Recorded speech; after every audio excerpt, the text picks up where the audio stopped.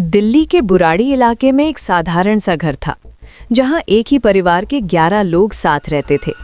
बाहर से देखने पर यह परिवार बिल्कुल खुशहाल लगता था, लेकिन उस घर के अंदर एक ऐसा रहस्य छुपा था जो धीरे धीरे सबको अपने जाल में फंसा रहा था।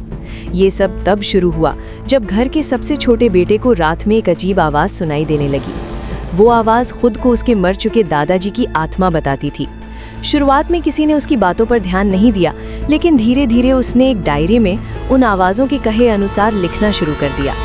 डायरी के हर पन्ने पर अजीब अजीब नियम लिखे थे, जैसे रात 1 बजे सभी को एक साथ खड़ा होना है, आंखों पर पट्टी बांधनी है और सबसे ज़रूरी, किसी को डरना नहीं है। परिवार ने इसे एक धार्मिक अनुष्ठान मान लिया और बिना किसी सवाल के उन नियमों का पालन करना शुरू कर दिया। धीरे धीरे वो रात आ गई जब डायरी में लिखे आखिरी नियम को पूरा करना था। घर के सभी लोग एक साथ खड़े थे, आंखों पर पट्टी बंधी हुई थी और उनके मन में एक उम्मीद थी कि कुछ चमत्कार होने वाला है जो उनकी सभी परेशानियों को ख़त्म कर देगा। लेकिन अगली सुबह जब पड़ोसियों ने दरवाज़ा खोला तो जो उन्होंने देखा वो किसी डरावने सपने से कम नहीं था।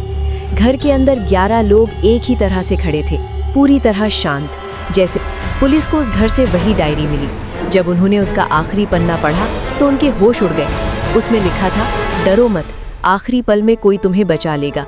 लेकिन वहाँ किसी को बचाने कोई नहीं आया। सबसे चौंकाने वाली बात ये थी कि डायरी का आखिरी पन्ना अलग लिखावट में था, जैसे किसी और ने उसे लिखा हो। ये आज तक एक रहस्य बना हुआ है कि वो आवाज़ सच में किसकी थी, किसी आत्मा की या किसी इंसान के दिमाग का खेल। आज भी लोग कहते हैं कि उस घर के पास रात के 3 बजे धीमी धीमी फुसफुसाहट सुनाई देती है, जैसे कोई अब भी किसी को आदेश दे रहा हो, जो मैं कहूँ वही करो। अगर आपको ऐसी डरावनी और रहस्यमयी कहानियाँ पसंद हैं तो लाइक, शेयर और सब्सक्राइब ज़रूर करें, क्योंकि ऐसी कहानियाँ यहीं ख़त्म नहीं होती।